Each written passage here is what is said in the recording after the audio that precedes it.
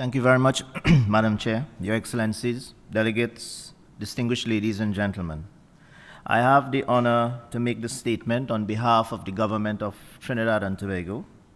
I would like to begin by congratulating the UNISDR for organizing this forum and for the leading role it has played and continues to play in disaster risk reduction and building global disaster resilience.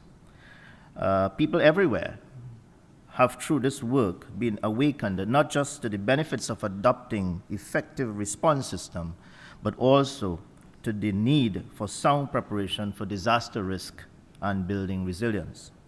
Trinidad and Tobago welcomes the opportunity to state our position on the implementation of the Hyogo priorities and on the role of international partners in assisting small island states in specific areas related to such implementation.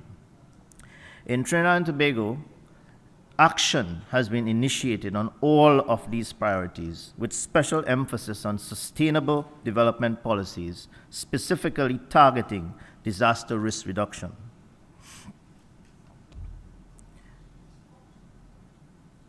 Recently, we concluded the FAHUM 2011 exercise, and it has revealed several gaps in DRR in our country. This exercise, which involved a number of partners regionally and internationally, tested the establishment of a humanitarian operations command center to coordinate the delivery and distribution of foreign humanitarian assistance into our country in the context of a disaster, in this case a severe earthquake, and it was planned before that earthquake of Japan. In order to strengthen our preventative systems, a project called CORE, Communities Organized, Ready and Resilient for Emergencies, have been launched and will enable us to target hazard-prone, vulnerable villages and streets at the level of the individual home. In the past, there has been much focus towards response and recovery, and less so on sustainable DRR development policies and programs.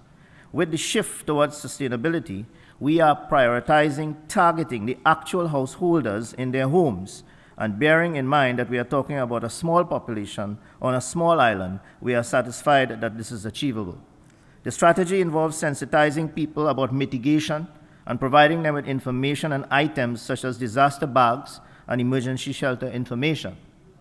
It is a collaborative strategy spanning NGOs and CBOs with the local government disaster officials, and the result that is emerging is that all parties are gaining a better understanding of the vulnerabilities, capacity, and hazards faced by the villages and streets in hazard-prone areas.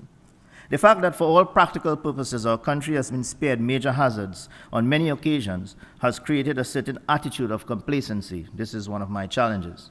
In mobilizing support, we have engaged a number of local CBOs and NGOs, including Rotary clubs, Red Cross Society, faith-based organizations, etc. While internationally, we have now signed financial agreements with UNDP and IDB to commence a comprehensive national risk mapping exercise, national institutional capacity building, and launch a massive public education and knowledge management program. Flood Smart, or Flood Plus Smart, targeting all constituencies, namely the government ministries and agencies, private sector and public and civil corporations and groups.